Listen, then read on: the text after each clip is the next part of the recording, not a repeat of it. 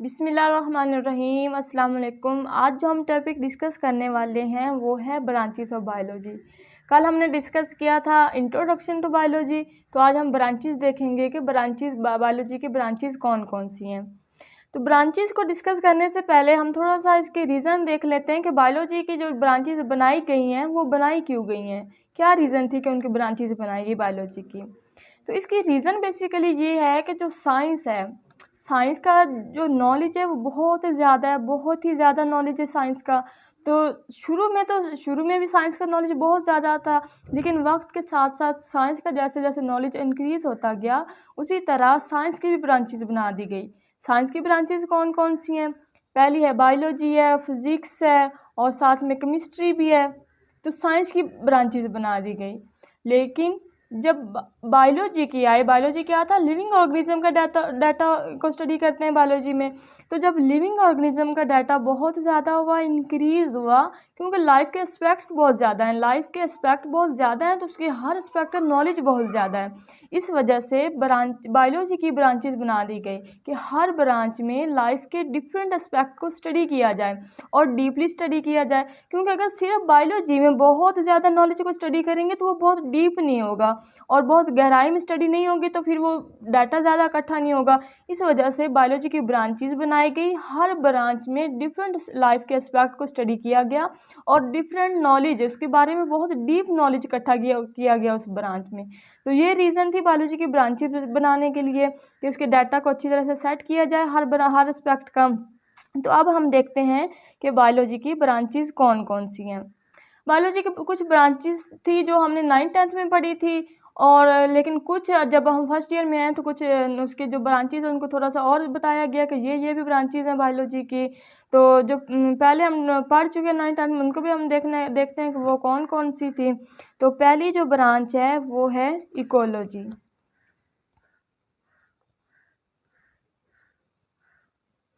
पहली जो ब्रांच है वो है इकोलॉजी। इकोलॉजी क्या है? अब यहाँ पे हमें दो वर्ड नज़र आ रहे हैं, एक नज़र आ रहा है इको और दूसरा नज़र आ रहा है लॉजी। लॉजी तो था, लोगोस से निकला था लफ्ज़, और इसका मतलब था स्टडी था, रीजनिंग था। और ये यहाँ पे जो ब्रांच है वो है इको, इको से निकल रहा है। इको कहाँ से? और इको जो वर्ड है ये कहाँ से निकला है? ये निकला है इकोसिस्टम से। इको जो वर्ड है वो इकोसिस्टम से निकला है। और इकोसिस्टम क्या था? हमें पता है इकोसिस्टम क्या था कि जब लिविंग ऑर्गेनिज्म या फिर लिविंग कंपोनेंट्स इंटरेक्ट करते हैं विद नॉन लिविंग कंपोनेंट के साथ। जब living component non living component के साथ इंटरेक्ट करते हैं तो एक सिस्टम बनता है, और वो सिस्टम कौन सा होता है? उस सिस्टम को कहते हैं इकोसिस्टम। तो इकोलॉजी क्या होगा? इकोसिस्टम की स्टडी को इकोलॉजी कहेंगे। कि या फिर ये भी कह सकते हैं कि जो इनके दरमियान नॉन लिविंग और नॉन लिविंग के दरमियान जो इंट्रैक्शन है उसको उसकी स्टडी को इकोलॉजी कहते हैं। तो हम इसकी डिफाइन कैसे लिखेंगे? The branch of biology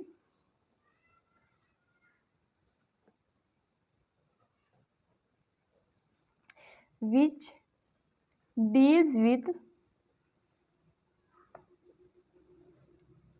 study of ecosystem,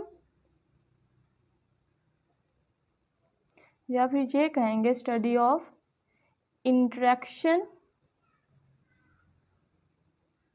between living and non living component.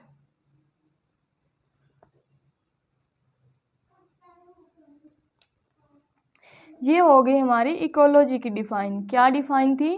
कि या हम ये कह सकते हैं कि लिविंग ऑर्गेनिज्म और नॉन लिविंग ऑर्गेनिज्म के दरमियान जो इंट्रैक्शन है उसको स्टडी करने को इकोलॉजी कहते हैं। या फिर हम ये कह सकते हैं सिंपली कि the study of ecosystem is called ecology. तो ये हमारी हो गई इकोलॉजी की डिफाइन, पहली ब्रांच हो गई इसकी बायोलॉजी की। नेक्स्ट हम देखते हैं कौन सी ब्रांच आती है। नेक्स्ट है इसकी ब्रांच एम्ब्रियोलॉजी।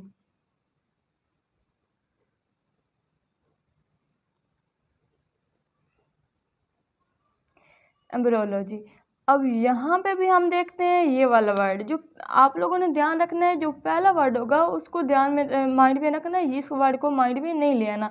यहाँ पे ये इस वर्ड को हम अंडरलाइन करते हैं। ये क्या बन रहा है? एम्ब्रियो। और एम्ब्रियो का हमें पता है क्या होता है। एम्ब्रियो एम्ब्रियो होता है कि जब डेवलपमेंटल स्टेज चल रही होती है माँ के पेट के अंदर, तो जो पहले जो बच्चा बनता है वो जाइगोट होता है शुरू फर्टिलाइजेशन के बाद। फर्टिलाइजेशन होती है स्पर्म और एग की। तो उसके बाद जो जो एम्ब्रियो जो चीज़ बनती है उसको हम कहते हैं जाइगोट। जाइगोट से नेक्स्ट डेवलपमेंट होती है तो बनता है एम्ब्रियो। एम्ब्रियो से नेक्स्ट फीटस बनता है और नेक्स्ट एक इंडिविजुअल बनता है या फिर एक बेबी बनता है। तो जो एम्ब्रियो होता है, जो एम्ब्रियोनिक स्टेजेस होती हैं डेवलपमेंटल स्टेज में, जो एम्ब्रियोनिक स्टेज होती है उसको उसकी स्टडी को हम एम्ब्रियोलॉजी कहते हैं। हम क्या लिखेंगे? जेस तो सब में आएगा था ब्रांच ऑफ बायोलॉजी। हम यहाँ पे से लिखते हैं which deals with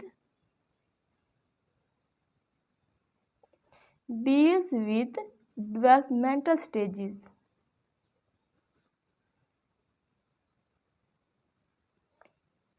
developmental stages of an individual या फिर लिविंग ऑर्गेनिज्म। डेवलपमेंटल स्टेजेस क्यों कह रहे हैं कि हम सिर्फ जो एम्ब्रियो है, एम्ब्रियो एक स्टेज है ना, फिर जो जाइगोट के बाद आती है, तो हम सिर्फ एम्ब्रियो को एम्ब्रियो को डिस्कस नहीं कर रहे, एम्ब्रियो को स्टडी नहीं कर रहे, बल्कि हम ये स्टडी कर रहे हैं कि जाइगोट से एम्ब्रियो कैसे बना और नेक्स्ट एम्ब्रियो से फीटस कैसे बना और फिर फीटस से बेबी कैसे बना। जो सारी डेवलपमेंटल स्टेजेस हैं उनकी स्टडी को हम एम्ब्रियोलॉजी कह रहे हैं। तो हम इसकी डेवलपमेंटल स्टेजेस को स्टडी करेंगे किसी भी इंडिविजुअल के या फिर किसी भी लिविंग ऑर्गेनिज्म के, कि वो डेवलपमेंटल स्टेजेस में कैसा था। नेक्स्ट ब्रांच देखते हैं। नेक्स्ट ब्रांच है इसकी physiology.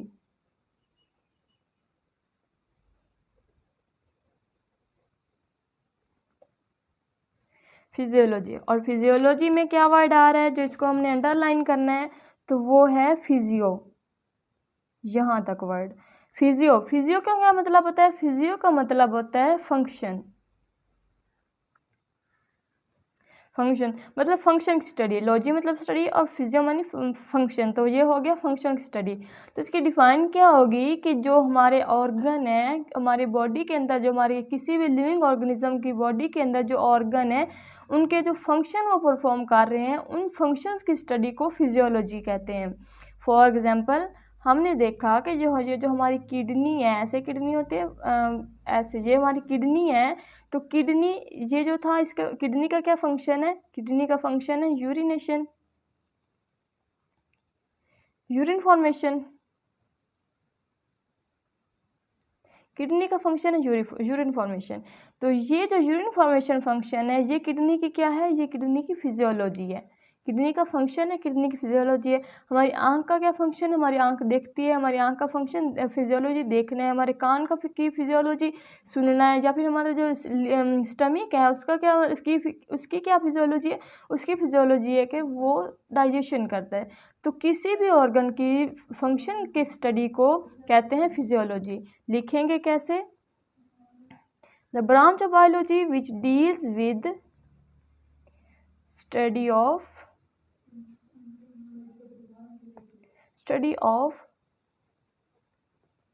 functions of different body organs।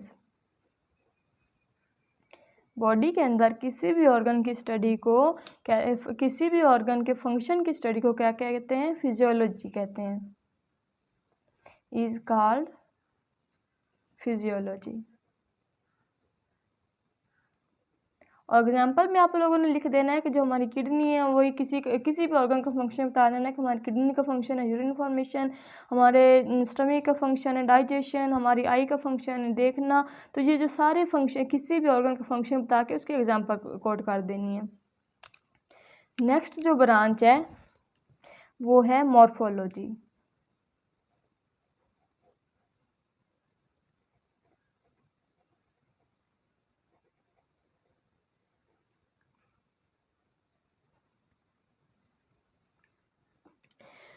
यहाँ पे जो वर्ड आ रहा है वो क्या है? वो है मॉर्फ, MOR PH मॉर्फ। यहाँ तक मॉर्फ क्या होता है? मॉर्फ कहते हैं किसी भी चीज़ के शेप को या फिर स्ट्रक्चर को, शेप या फिर स्ट्रक्चर, किसी भी चीज़ के शेप या स्ट्रक्चर को मॉर्फ कहते हैं। तो यहाँ पर जो हम क्या मतलब स्टडी करेंगे, यहाँ पर हम स्टडी करेंगे कि जो हमारे बॉडी, जो किसी लिविंग ऑर्गेनिज्म के बॉडी पार्ट्स हैं, उनका शेप क्या है या उनके स्ट्रक्चर क्या है। तो उनके शेप या स्ट्रक्चर की स्टडी को क्या कहते हैं? मॉर्फोलॉजी कहते हैं। द स्टडी ऑफ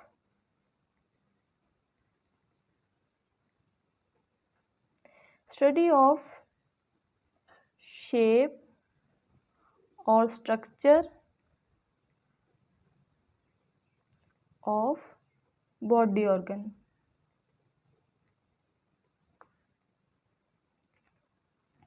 ये हो गई मॉर्फोलॉजी, मतलब बॉडी ऑर्गन, किसी भी बॉडी ऑर्गन के शेप या स्ट्रक्चर की स्टडी को हम मॉर्फोलॉजी कहेंगे। लेकिन मॉर्फोलॉजी की भी नेक्स्ट 2 ब्रांचेज हैं। मॉर्फोलॉजी को भी 2 ब्रांचेज में डिवाइड किया गया है। वो ब्रांचेज कौन कौन सी हैं वो देखते हैं। वो जो ब्रांचेज हैं वो एक है इंटरनल मॉर्फोलॉजी और दूसरी है एक्सटर्नल मॉर्फोलॉजी। कौन कौन सी हैं?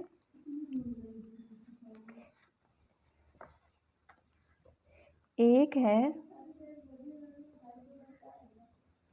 एक्सटर्नल मॉर्फोलॉजी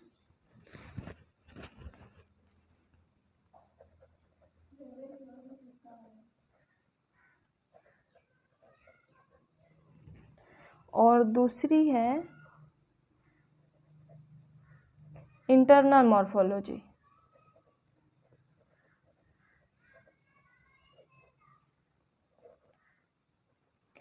अब ये क्या है? एक्सटर्नल मॉर्फोलॉजी क्या और इंटरनल मॉर्फोलॉजी क्या है? एक्सटर्नल का क्या मतलब होता है? बाहर वाली साइड। तो मॉर्फोलॉजी क्या था? स्ट्रक्चर और शेप की स्टडी को।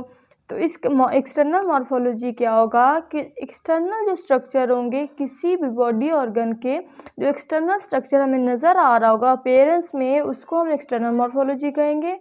और जो अंदर वाली साइड पे होगा, जो डाइसेक्ट करके पता चलेगा, तो उसको हम कहेंगे इंटरनल मॉर्फोलॉजी। फॉर एग्जाम्पल ये था हमारा किडनी। ये हमारा किडनी है। तो ये किडनी जो है, हमें यहाँ से पता चल रहा है कि ये किडनी है। अपीयरेंस में सिर्फ सिंपल से नज़र आ रहा है ना। तो ये है इसकी एक्सटर्नल मॉर्फोलॉजी है कि इसके एक बीन सीड की शक्ल का होता है। तो ये इसकी एक्सटर्नल मॉर्फोलॉजी है। लेकिन जब हम इसके देखते हैं अंदर वाली साइड, अंदर किडनी के अंदर क्या होता है? बहुत सी चीज़ें होती है, नेफ्रॉन वगैरह होते हैं। यहाँ पे तो हमने नेफ्रॉन नहीं बनाए, सिर्फ ऊपर वाले बनाए, तो उसकी एक्सटर्नल मॉर्फोलॉजी हो गई। लेकिन अगर यहाँ पर हम ये बनाएंगे, नेफ्रॉन्स वगैरह बनाएंगे, या फिर इसके अंदर रेनल पैरामिड्स होते हैं, उनको जब बनाएंगे तो वो क्या हो जाएगी? उसकी इंटरनल मॉर्फोलॉजी हो जाएगी। वो इसकी इंटरनल मॉर्फोलॉजी होगी। ये जहाँ पे हमें रेनल पैरामिड्स नज़र आ रहे हैं, तो ये इसकी इंटरनल मॉर्फोलॉजी होगी। और जो हमें यहाँ पे अपीयरेंस में कुछ भी नज़र नहीं आ रहा, तो उसको हम कहेंगे एक्सटर्नल मॉर्फोलॉजी। ये बात क्लियर हो गई? ये बात हमारी क्लियर हो गई कि एक्सटर्नल मॉर्फोलॉजी क्या होता है और इंटरनल मॉर्फोलॉजी क्या होता है। नेक्स्ट हम देखते हैं हिस्टोलॉजी। नेक्स्ट ब्रांच कौन सी है? हिस्टोलॉजी।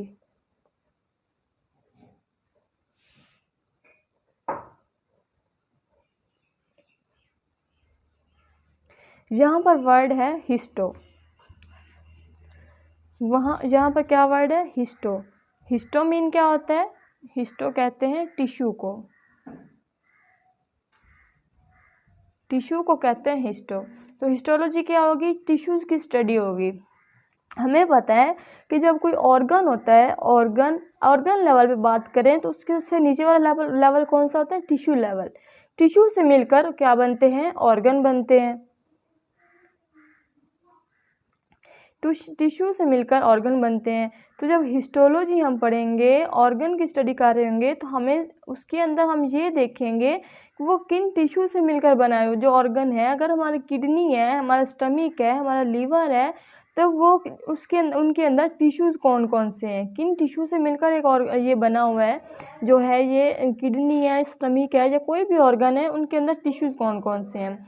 तो फिर हम लिखेंगे the study of tissues in organ.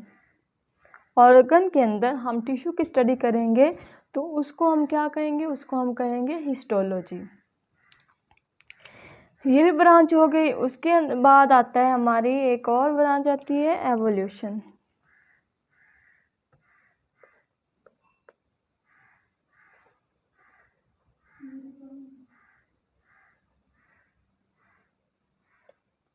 Evolution है, एवोल्यूशन क्या होता है? एवोल्यूशन का वर्ड है, उसका जो मतलब होता है वो है इत्का। इत्का क्या होता है? जहाँ से लाइफ स्टार्ट हो रही होती है उसको कहते हैं एवोल्यूशन। जो साइंटिस्ट है वो कहते हैं कि जो हमारी आज जो हमें ह्यूमंस नज़र आ रहे हैं, या जो आज हम ह्यूमंस हैं, तो शुरू में ऐसे ह्यूमंस नहीं थे, बल्कि शुरू में सिर्फ प्रोकैरियोट्स थे की लाइफ इधर होती थी, मतलब बैक्टीरिया वगैरह होते थे। तो ये जो आज ह्यूमन बना हुआ है, इतना कम्प्लेक्स ऑर्गेनिज्म, वो कहाँ से बना है? वो कहते हैं कि वो बैक्टीरिया से बना है। पहले सिर्फ बैक्टीरिया होते थे, ह्यूमन नहीं था। तो फिर जो बैक्टीरिया थे उनके अंदर एवोल्यूशन हुई, बैक्टीरिया के अंदर एवोल्यूशन हुई, चेंजेस आई, उसके अंदर चेंजेस आई, और उन चेंजेस के नतीजे में एक कम्प्लेक्स ऑर्गेनिज्म ह्यूमन बना। तो हम इस एवोल्यूशन की डिफाइन क्या होगी कि the changes in an organism, changes in gradual, हम यहाँ पे लिखेंगे ग्रेजुअल चेंजेस। ग्रेजुअल मतलब आस्ता आस्ता आई, एकदम से चेंज, एकदम से जो बैक्टीरिया थे वो चेंज नहीं हो गए उसके अंदर, जो एकदम से बैक्टीरिया उसके ह्यूमन के अंदर चेंज नहीं हो गए, बल्कि बैक्टीरिया के अंदर आस्ता आस्ता चेंजेस आई, ग्रेजुअल चेंजेस आई, और फाइनली वो एक चेंज हो गया एक कम्प्लेक्स ऑर्गेनिज्म ह्यूमन के अंदर। तो क्या चेंजेस होंगी? एवोल्यूशन क्या होगी? ग्रेजुअल चेंजेस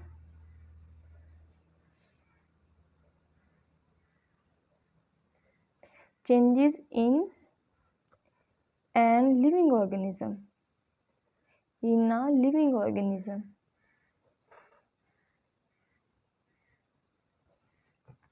लिविंग ऑर्गेनिज्म के अंदर अगर कोई ग्रेजुअल चेंजेस आ रही हैं तो उसको हम उस लिविंग ऑर्गेनिज्म की एवोल्यूशन कहेंगे, कि हमारी जो बैक्टीरिया की एवोल्यूशन, उसके अंदर एवोल्यूशन हुई, उसके बाद ह्यूमन बना। लेकिन इससे भी पहले कहते हैं कि उसके बाद ह्यूमन के अंदर उसकी एक दुम होती थी, तो दुम एवोल्यूशन के जरिए चेंज होती होती है, दुम के बगैर ह्यूमन बन गया। तो ये सारी एवोल्यूशन है। नेक्स्ट हम देखते हैं, नेक्स्ट ब्रांच है जेनेटिक्स।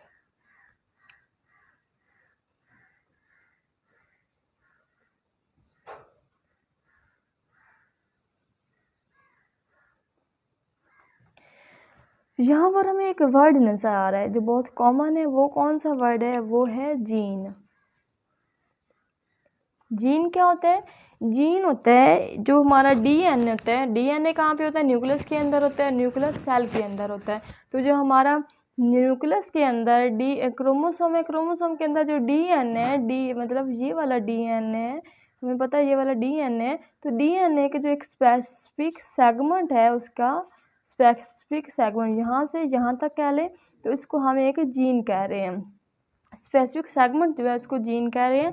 तो जीन जो है, जो जीन क्या करती हैं? वो रिस्पॉन्सिबल होती हैं जो हमारे अंदर करेक्टर है, जो हमारे अंदर ट्रेट है, हमारे आई कलर, हमारा हेयर कलर, या कुछ भी जो हमारी खसूसियत हैं, तो उनको क्या कौन कंट्रोल करती है? उनको कंट्रोल कर रही होती है जीन। तो जीन की स्टडी जो को हम क्या कहेंगे? Genetics. The study of gene, study of gene is called genetics. और एग्जाम्पल में आप लिख दीजिएगा कि जो हमारा हेयर कलर है या फिर हमारा जो आई कलर है वो जीन की वजह से, और उस जीन की स्टडी या फिर किसी भी जीन की स्टडी को हम जेनेटिक्स कहते हैं। नेक्स्ट है पैलियोंटोलॉजी।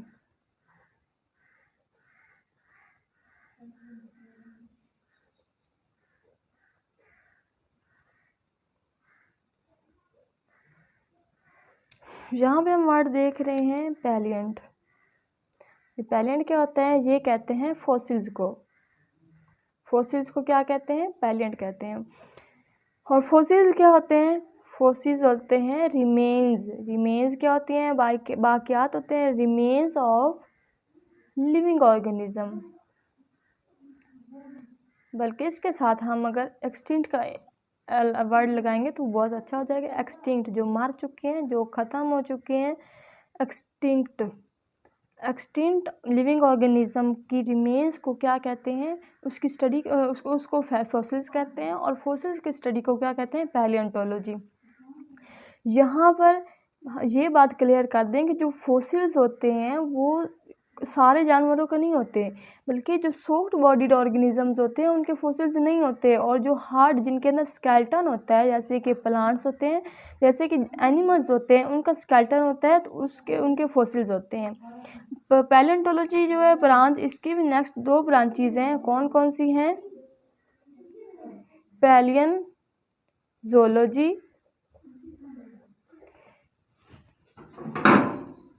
पैलियन बॉटनी। ज़ूलॉजी क्या होता है? ज़ू से हमें पता चल रहा है, ज़ू क्या होता है? चिड़ियाघर होता है। चिड़ियाघर में क्या होते हैं? जानवर होते हैं, एनिमल होते हैं। तो एनिमल की जो होगी फॉसिल्स होंगे, उनकी स्टडी को क्या कहेंगे? पैलियोंटोलॉजी। और बॉटनी क्या होता है? बॉटनी कहते हैं प्लांट की स्टडी को। तो पैलियन बॉटनी क्या होगा कि जो प्लांट्स हैं उनके जो फॉसिल्स हैं उनकी स्टडी को क्या कहते हैं? पैलियन बॉटनी। ये हो गई हैं हमारे पैलियोंटोलॉजी की 2 ब्रांचेस। आज हम यहीं पर एंड करते हैं। और यहाँ पे हमारे कुछ ब्रांचेस हो गए हैं, कुछ रह गए हैं, वो इंशाल्लाह नेक्स्ट लेक्चर में क्लियर करेंगे, कंप्लीट कर लेंगे वो जो ब्रांचेस हैं। तो यहाँ पर एक दफ़ा फिर से हम रिपीट कर लेते हैं। रिपीट करते हैं तो हमने यहाँ पर क्या देखा? सबसे पहले हमने देखा ब्रांचेस की रीज़न पढ़ी थी कि रीज़न ब्रांचेस की क्या होती है। ब्रांचेस बनाने की रीज़न क्या थी कि जो बायोलॉजिकल डाटा जो था वो बहुत इंक्रीज़ हो गया, होता इतना हो गया कि उसको एक ही फील्ड में रखना बहुत मुश्किल हो गया, तो उसकी ब्रांचेस बना दी गई। ब्रांचेस कौन कौन सी थी? इकोलॉजी, इकोसिस्टम से निकला है, मतलब इकोसिस्टम की स्टडी, या फिर लिविंग और नॉन लिविंग कंपोनेंट के दरमियान जो इंट्रैक्शन है उसकी स्टडी को इकोलॉजी कहते हैं। एम्ब्रियोलॉजी, एम्ब्रियो से निकला था, एम्ब्रियो की स्टडी, या फिर डेवलपमेंटल स्टेजेस, जो माँ के पेट के अंदर जो जितनी भी स्टेजेस चल रही हैं उनकी स्टडी को क्या कहते हैं? एम्ब्रियोलॉजी। फिजियो मतलब फंक्शन की स्टडी, किसी भी बॉडी ऑर्गन के फंक्शन को, कौन सा फंक्शन परफॉर्म कर रहा है उसकी स्टडी को कहते हैं फिजियोलॉजी। कि वो फंक्शन कैसे परफॉर्म कर रहा है, क्यों कर रहा है, वो सारा डाटा जो होगा वो हम इसमें स्टडी करेंगे फिजियोलॉजी में। मॉर्फोलॉजी में हम स्टडी करेंगे उसके शेप और स्ट्रक्चर को, किसी भी बॉडी ऑर्गन के स्ट्रक्चर या शेप को स्टडी करेंगे। तो इसके 2 टाइप्स थी, एक थी एक्सटर्नल मॉर्फोलॉजी, इंटरनल जो एक्सटर्नल स्ट्रक्चर होगा, जो पेरेंट्स उसको स्टडी करेंगे तो एक्सटर्नल मॉर्फोलॉजी हो जाएगा। और इंटरनल क्या होगा कि उसके अंदर अगर उसको डाइसेक्ट करके देखेंगे तो वो इंटरनल मॉर्फोलॉजी होगा। हिस्टोलॉजी था कि टिश्यू की स्टडी, एवोल्यूशन, उसके इर्तिका की स्टडी, वो कैसे उसके अंदर ग्रेजुअल चेंजेस आई, जेनेटिक्स, जीन की स्टडी। और पैलियोंटोलॉजी था कि वो उसकी जो फॉसिल्स हैं, रिमेन्स हैं लिविंग ऑर्गेनिज्म के, फॉसिल्स कहते हैं, फॉसिल की स्टडी को पैलियोंटोलॉजी कहते हैं। तो इसकी 2 ब्रांचेस थी, पैलियोंटोलॉजी और पैलियोंबॉटनी। तो ये जो था कि एनिमल्स की स्टडी, फॉसिल्स की स्टडी, और ये प्लांट की फॉसिल की स्टडी। तो यहाँ पे हमारा लेक्चर एंड करते हैं। उम्मीद है आप लोगों को समझ आई होगी। अगर आप लोगों को वीडियो अच्छी लगे तो प्लीज़ कमेंट सेक्शन में ज़रूर बताइएगा, और हमारे चैनल को सब्सक्राइब भी कर दीजिएगा। ओके, अल्लाह हाफिज़।